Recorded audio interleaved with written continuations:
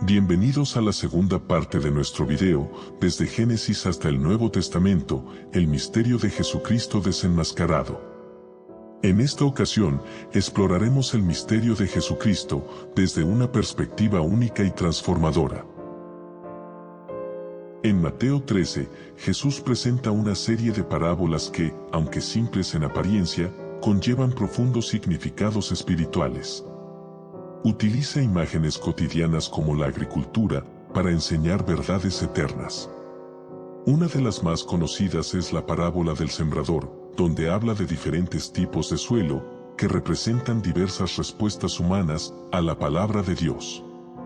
Un agricultor salió a sembrar su semilla. Mateo 13:3, y mientras algunas semillas caen en buena tierra y crecen, otras caen en terreno duro, rocoso o espinoso, que representa corazones endurecidos o distraídos. El valor de las parábolas radica en su capacidad de ocultar y revelar a quienes estaban espiritualmente abiertos. Las parábolas ofrecían revelaciones profundas sobre la naturaleza del reino de los cielos, pero para aquellos cuyos corazones estaban endurecidos, las historias seguían siendo meramente enigmáticas. Jesús explicó a sus discípulos que el conocimiento de los secretos del reino de los cielos se les ha dado a ustedes, pero no a ellos. Mateo 13:11. Así, utilizó las parábolas como una forma de distinguir entre quienes buscaban genuinamente la verdad y quienes escuchaban superficialmente. Otras parábolas importantes de Mateo 13 incluyen la parábola de la cizaña, que habla del juicio final, y la parábola de la perla de gran precio, que resalta el valor del reino, por el que vale la pena sacrificar todo. Las parábolas continúan desafiando e inspirando a los creyentes hasta el día de hoy, invitando a cada oyente a reflexionar sobre el estado de su corazón y su respuesta al llamado de Dios. Los milagros de Jesús juegan un papel central en su ministerio, revelando no solo su poder divino, sino también su compasión y misión redentora. En Mateo 8 y Marcos 5, se nos presenta una serie de milagros que demuestran la autoridad de Jesús sobre la naturaleza, la enfermedad e incluso la muerte. Uno de los primeros milagros descritos es la curación de un leproso. La lepra, una enfermedad temida y aislante, era vista como un símbolo de pecado e impureza. Cuando el leproso se acercó a Jesús, no solo lo sanó con una palabra, sino que también lo tocó. Un profundo acto de compasión, considerando que, según la ley, los leprosos eran intocables. Mateo 8:14. En Marcos 5, vemos uno de los milagros más impactantes, donde Jesús resucita a la hija de Jairo de entre los muertos. Antes de esto, en el camino a la casa de Jairo, Jesús sana a una mujer que había estado sufriendo de una condición de sangrado durante 12 años. Esta mujer, marginada por la sociedad debido a su condición, toca el borde del manto de Jesús y es sanada instantáneamente. Jesús percibe su fe y declara: «Hija, tu fe te ha sanado. Ve en paz y sé libre de tu sufrimiento». Marcos 5:34. Esta sanación no fue solo una restauración física, sino también espiritual y social. La autoridad de Jesús se manifestó de muchas maneras. Calmó tormentas, expulsó demonios, sanó a los enfermos y resucitó a los muertos. Cada milagro no fue solo un acto de poder, sino también una demostración del reino de Dios irrumpiendo en el mundo. Jesús estaba, de hecho, restaurando todo lo que había sido roto por el pecado. Los milagros sirven como un recordatorio de que, para Dios, nada es imposible y que siempre está dispuesto a restaurar lo que se ha perdido. La confesión de Pedro, registrada en Mateo 16:13-20, es un momento crucial en la narración del Evangelio, donde, por primera vez, uno de los discípulos reconoce plenamente la identidad de Jesús como el Mesías. Mientras Jesús y sus discípulos estaban en la región de Cesarea de Filipo, hizo una pregunta crucial a los discípulos: ¿quién dice la gente que es el Hijo del Hombre? Mateo 16:13. Los discípulos respondieron con diversas opiniones que circulaban entre la gente. Algunos dijeron que Juan el Bautista, otros Elías y otros Jeremías o uno de los profetas. Sin embargo, Jesús quería saber lo que pensaban sus propios seguidores, así que les preguntó directamente: ¿pero y vosotros? ¿Quién decís que soy yo? Mateo 16:15. Fue en este momento que Simón Pedro, en una poderosa declaración de fe, respondió: Tú eres el Mesías, el Hijo de Dios vivo. Mateo 16:16. Esta confesión es un punto de inflexión. Jesús luego bendice a Pedro, diciendo que esta revelación no vino de carne y sangre, sino del Padre en el cielo. Además, Jesús hace una declaración aún más significativa: y te digo que tú eres Pedro, y sobre esta roca edificaré mi iglesia, y las puertas del Hades no prevalecerán contra ella. Mateo 1:6-18. Aunque la interpretación de esta roca ha sido debatida a lo largo de la historia de la iglesia, muchos ven este momento como el comienzo del papel especial de Pedro en el desarrollo de la iglesia primitiva. Aquí Jesús también le promete a Pedro las llaves del reino de los cielos. Mateo 16:19, dándole autoridad espiritual, una responsabilidad que resonaría en el futuro papel de Pedro como líder de la iglesia primitiva. La confesión y el reconocimiento de Pedro de Jesús como el Hijo de Dios es central para la fe cristiana. Fue un momento de revelación y afirmación que preparó el camino para el futuro ministerio de los discípulos, fortalecidos por esta verdad. La transfiguración de Jesús es uno de los momentos más gloriosos de su ministerio terrenal, donde su verdadera naturaleza divina se revela a algunos de sus discípulos más cercanos en Mateo 17:1-9. Jesús lleva a Pedro, Santiago y Juan a una montaña alta, y allí sucede algo extraordinario. Mateo lo describe. Allí se transfiguró delante de ellos. Su rostro resplandeció como el sol, y sus vestidos se volvieron blancos como la luz. Mateo 17:2. En ese momento la gloria de Jesús, que había estado velada durante su ministerio terrenal, se manifestó en una luz brillante, dando a los discípulos una vislumbre de su divinidad. Además, dos grandes profetas del Antiguo Testamento, Moisés y Elías, aparecen y comienzan a hablar con Jesús. Moisés representa la ley y Elías los profetas, quienes ahora se encuentran con aquel que vino a cumplir todo lo que la ley y los profetas habían señalado. Este encuentro simboliza que Jesús es el cumplimiento de la revelación de Dios. Pedro, sin comprender del todo la magnitud del momento, sugiere construir 3 refugios para Jesús, Moisés y Elías. Sin embargo, mientras Pedro todavía está hablando, una voz del cielo lo interrumpe: Este es mi Hijo, a quien amo. En él tengo complacencia. Escúchenlo. Mateo 17:5. Este es el mismo reconocimiento divino dado en el bautismo de Jesús, pero ahora se hace ante los discípulos, reafirmando la identidad divina de Jesús y su papel central en el plan de Dios. La experiencia fue tan poderosa, que los discípulos cayeron rostro en tierra, aterrorizados, pero en su compasión habitual, Jesús se acercó y los tocó, diciendo: Levantaos, no tengáis miedo. Mateo 17:5. Cuando levantaron la vista, Moisés y Elías se habían ido, y Jesús estaba solo con ellos en su forma humana ordinaria una vez más. La transfiguración no fue solo una experiencia mística, sino una clara revelación de que Jesús es el puente entre el Antiguo y el Nuevo Testamento, el Hijo de Dios que cumple todas las promesas.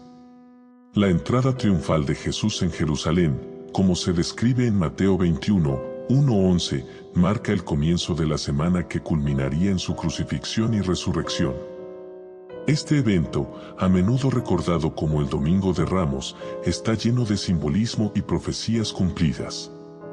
Cuando Jesús se acercaba a Jerusalén, instruyó a 2 de sus discípulos para que trajeran un burro. Les dijo que lo encontrarían atado y que se lo llevaran. Jesús montaría este burro cuando entrara en la ciudad, cumpliendo la profecía de Zacarías 9:9. Decida la hija de Sión: Mira, tu rey viene a ti, manso y montado en un asno, sobre un pollino, hijo de animal de carga. Mateo 21, 5. La elección de un asno para su entrada fue muy significativa. Mientras que los reyes y conquistadores normalmente cabalgaban sobre caballos poderosos, símbolos de fuerza y guerra, Jesús, el Rey de Reyes, eligió un asno, simbolizando que venía en paz y humildad. Este era un Mesías diferente al que muchos judíos esperaban. Esperaban un libertador político que los liberara del dominio romano. Pero Jesús estaba a punto de inaugurar un reino mucho más profundo y espiritual en su naturaleza, mientras avanzaba hacia Jerusalén. Una gran multitud se reunió, extendiendo sus mantos en el camino y cortando ramas de los árboles, gritando, «Hosanna al Hijo de David». Bendito el que viene en el nombre del Señor. Hosanna en el cielo más alto. Mateo 21, 9. Hosanna fue un grito de salvación y reconocimiento de Jesús como el Mesías prometido al entrar en la ciudad. La conmoción fue tan grande que toda la ciudad se conmovió. Mateo 21, 10. Esta aclamación pública mostró que al menos en ese momento, muchos estaban dispuestos a recibir a Jesús como el Mesías. Sin embargo, como sabemos, esta alabanza inicial se convertiría rápidamente en rechazo. La entrada triunfal preparó el escenario para los acontecimientos que siguieron, donde el mismo Jesús que fue aclamado como rey sería traicionado, juzgado y crucificado. La última cena es uno de los momentos más significativos en el ministerio de Jesús, ya que es aquí, donde instituyó la Cena del Señor, un rito que se convertiría en central para la vida de la Iglesia cristiana. En Lucas 22, 7 al 20, vemos a Jesús reunido con sus discípulos para celebrar la Pascua, una fiesta judía que conmemora la liberación de Israel de Egipto. Sin embargo, Jesús usó esta comida para introducir un nuevo pacto entre Dios y su pueblo. Tomó el pan, dio gracias, lo partió y se lo dio a sus discípulos, diciendo, «Este es mi cuerpo, entregado por ustedes. Hagan esto en memoria mía». Lucas 22, 19. Luego Jesús tomó la copa de vino y declaró, «Esta copa es el nuevo pacto en mi sangre, que se derrama por ustedes». Lucas 22, 20. Estas palabras simples pero profundas apuntaban directamente al inminente sacrificio de Jesús en la cruz. El pan simbolizaba su cuerpo, que sería partido por los pecados de la humanidad, y el vino representaba su sangre, que sería derramada para sellar la nueva alianza. La Cena del Señor no solo marcó el fin del ministerio terrenal de Jesús, sino también el comienzo de una nueva relación entre Dios y los creyentes, basada en el sacrificio de Cristo. Por eso, hasta el día de hoy, la Eucaristía o comunión sigue siendo un momento sagrado donde los cristianos recuerdan lo que Jesús hizo por ellos y renuevan su alianza con Dios. La última cena también fue un momento de profunda intimidad y enseñanza. Jesús sabía que su tiempo era corto y quería preparar a sus discípulos para lo que estaba por venir. La atmósfera era solemne, ya que Jesús ya había revelado que sería traicionado. Sin embargo, la promesa de la nueva alianza también trajo esperanza, significando que la obra de la redención estaba a punto de completarse. La traición de Judas Iscariote es uno de los eventos más dolorosos y trágicos en la historia del ministerio de Jesús. En Mateo 26, 14-16, vemos que Judas, uno de los 12 discípulos escogidos por Jesús, se acerca a los principales sacerdotes y les pregunta, ¿qué están dispuestos a darme si les entrego a Jesús? Mateo 26, 15. Los líderes religiosos que llevaban mucho tiempo planeando arrestar a Jesús encontraron en Judas la oportunidad perfecta. A cambio de 30 piezas de plata, el precio que se pagaba por un esclavo en aquellos días, Judas aceptó traicionar a su señor entregándolo a las autoridades. El valor simbólico de las 30 piezas de plata hace eco de la profecía de Zacarías 11, 12-13, donde se menciona este precio exacto. Más allá del simbolismo, este acto de traición conlleva un profundo dolor emocional. Judas, alguien que había caminado junto a Jesús, fue testigo de sus milagros y escuchó sus enseñanzas, eligió traicionarlo. Lo más impactante es que esta traición ocurrió en el contexto de una estrecha amistad y confianza, construida a lo largo de 3 años. A pesar de saber lo que se avecinaba, Jesús nunca trató a Judas con frialdad ni con sospecha. Incluso, le advirtió durante la última cena, diciéndole que entre ellos estaba el que lo traicionaría, pero Judas, cegado por sus intenciones, llevó a cabo su plan. Esta traición nos hace reflexionar sobre la complejidad del corazón humano y cómo el pecado puede corromper incluso a los más cercanos a la verdad. La oración de Jesús en el huerto de Getsemaní, justo antes de su arresto, es uno de los momentos más intensos y reveladores de su humanidad y sumisión a la voluntad de Dios. En Mateo 26, 36-46, vemos a Jesús retirarse con sus discípulos a orar, plenamente consciente de que el momento de su traición y crucifixión estaba cerca. Pide a sus discípulos que vigilen, pero lleva consigo a Pedro, Santiago y Juan a un lugar más apartado, donde expresa su angustia. Mi alma está abrumada de tristeza hasta el punto de la muerte, quédense aquí y velen conmigo. Mateo 26, 38. La carga emocional y espiritual que lleva Jesús en este momento es inconmensurable. Él, el Hijo de Dios, está a punto de soportar el peso de los pecados del mundo. En su oración, Jesús se arrodilla y clama al Padre: Padre mío, si es posible, que pase de mí esta copa, pero no sea como yo quiero, sino como tú. Mateo 26, 39. Este versículo revela la completa sumisión de Jesús a la voluntad de Dios, incluso ante el inminente sufrimiento. La copa a la que se refiere Jesús simboliza la ira de Dios y el juicio que Él, inocente, estaba a punto de sufrir por toda la humanidad. Este momento también muestra a Jesús en su verdadera humanidad, ya que en su angustia, pide que se le evite el sufrimiento, pero en última instancia, se compromete a cumplir la voluntad del Padre. Durante este tiempo de oración, los discípulos, incapaces de comprender la gravedad de la situación, se quedan dormidos repentinamente. Jesús, con paciencia, los despierta diciendo: velad y orad para que no caigáis en la tentación. El espíritu está dispuesto, pero la carne es débil. Mateo 26, 41. Esto no solo resalta la debilidad humana, sino que también refuerza la necesidad de vigilancia y oración en tiempos de prueba. Al final, Jesús se levanta decidido y anuncia a los discípulos que ha llegado la hora y que el Hijo del Hombre será entregado en manos de los pecadores. Mateo 26, 45. Después de la oración en Getsemaní, Jesús se levanta sabiendo que ha llegado el momento de su arresto.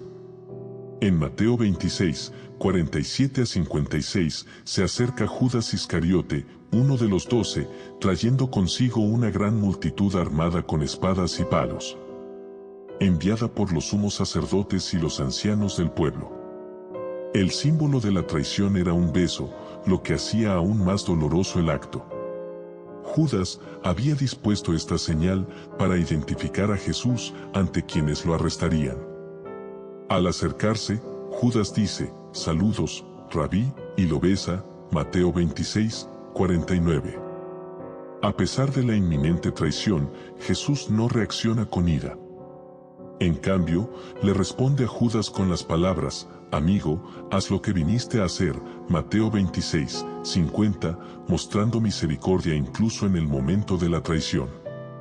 Cuando los guardias se disponen a arrestar a Jesús, uno de los discípulos, identificado en otro evangelio como Pedro, saca impulsivamente su espada y le corta la oreja a Malco, el siervo del sumo sacerdote.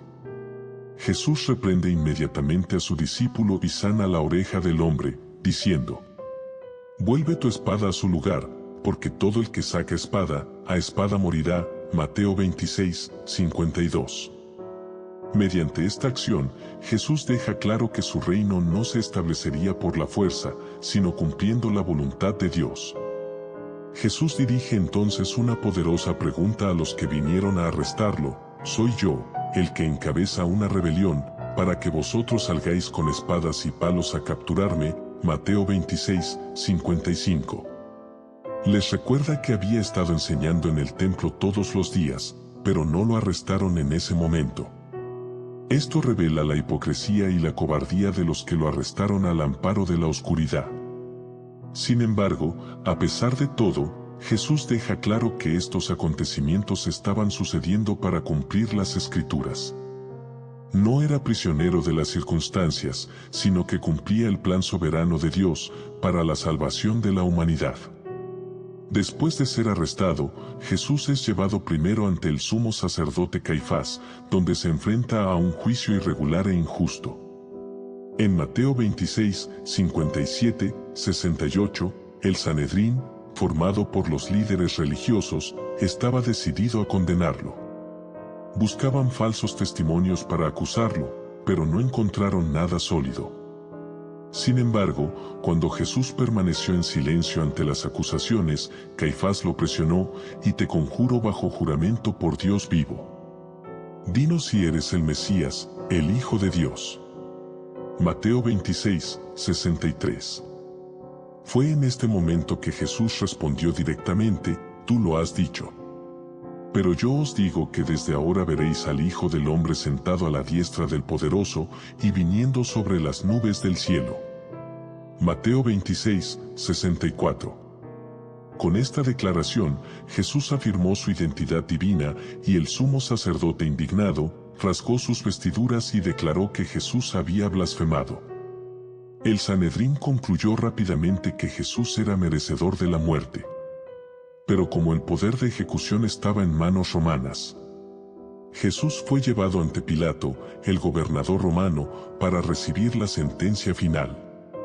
En Juan 18, 28 al 40, vemos el intercambio entre Pilato y Jesús. Pilato, inicialmente confundido por la acusación, le pregunta a Jesús si él es el rey de los judíos. Jesús responde: mi reino no es de este mundo. Si lo fuera, mis servidores lucharían para evitar que los líderes judíos me arrestaran. Pero ahora mi reino es de otro lugar. Juan 18, 36. Aunque Pilato no encuentra ninguna culpa en Jesús, se siente presionado por los líderes judíos y la multitud que exige su crucifixión. A regañadientes, Pilato ofrece al pueblo la opción de liberar a Jesús o a Barrabás, un notorio criminal. Inexplicablemente, la multitud elige liberar a Barrabás y Jesús es entregado para ser crucificado. En este momento, el sistema legal romano, generalmente admirado por su orden y justicia, es manipulado para condenar a los inocentes, cumpliendo así la Escritura. La crucifixión de Jesús es la culminación de su misión redentora, donde el Hijo de Dios, sin pecado, dio su vida por la humanidad.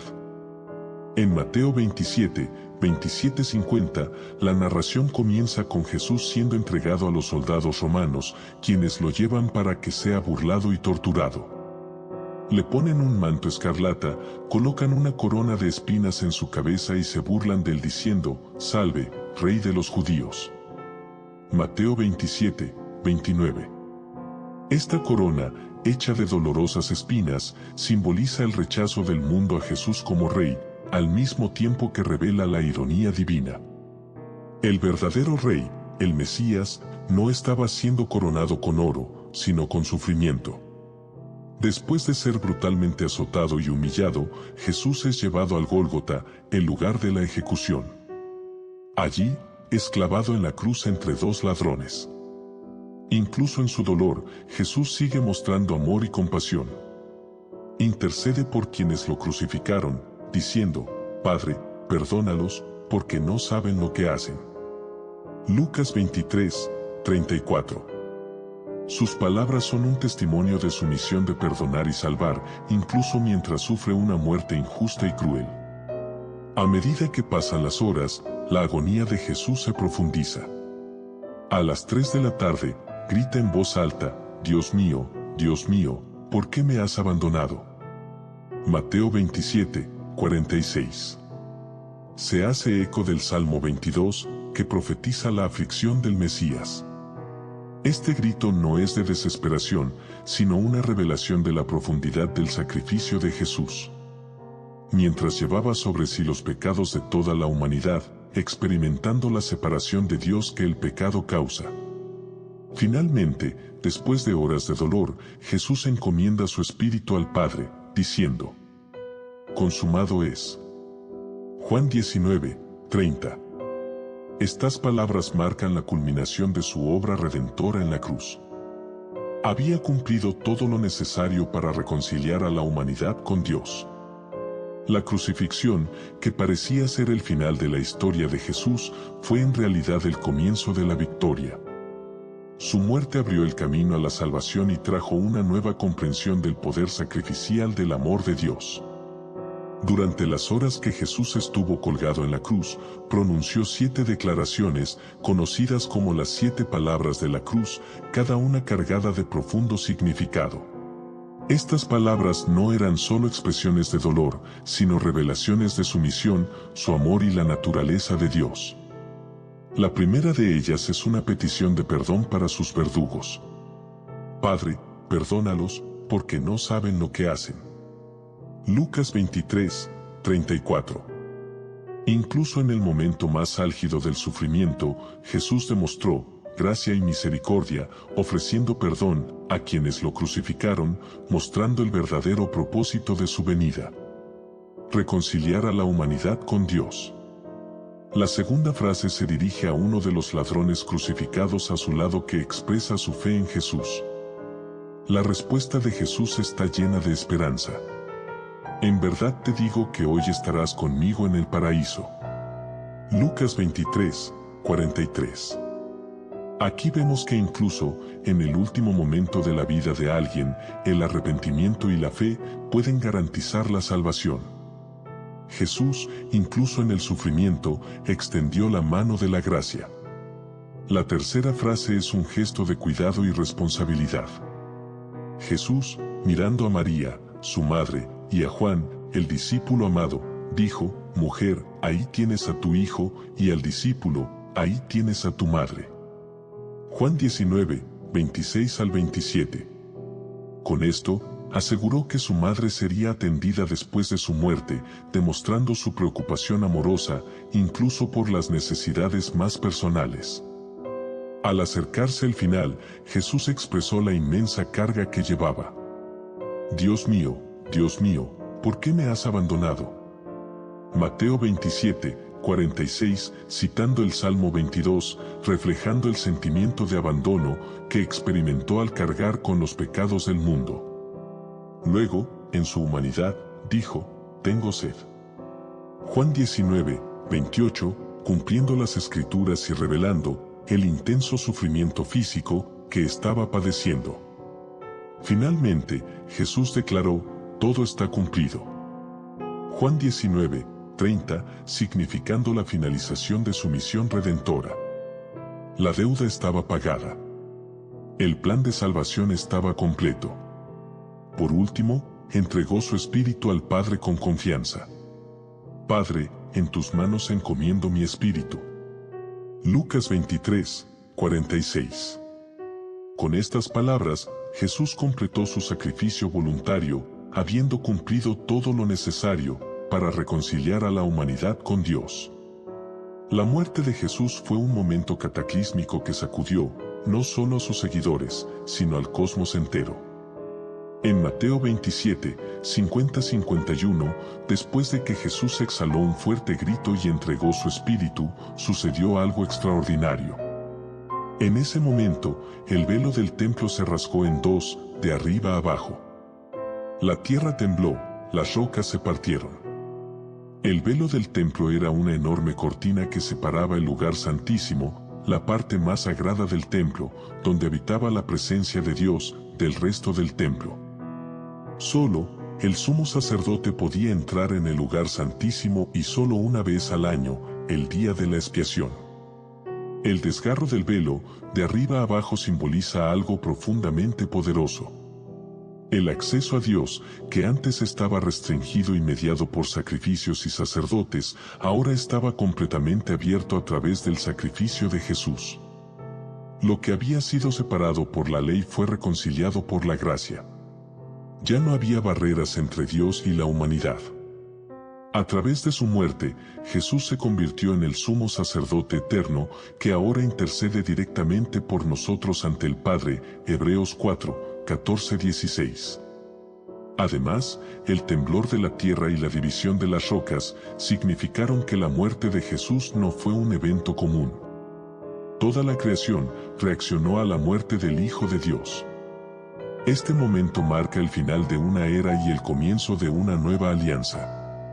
Los sacrificios de animales ya no eran necesarios, pues el Cordero de Dios había sido ofrecido de una vez para siempre.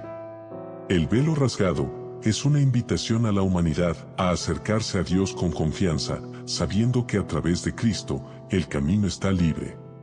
En la tercera y última parte de estos misterios revelados de Jesús, exploraremos la resurrección, la ascensión, Jesús como sumo sacerdote y el regreso triunfal de Jesucristo. No se pierda esta revelación que cambiará su vida. Y cuando termines, no olvides comentar, dejar tu me gusta y suscribirte al canal, para seguir aprendiendo sobre las revelaciones bíblicas más profundas. Y juntos podemos difundir este poderoso mensaje al mundo.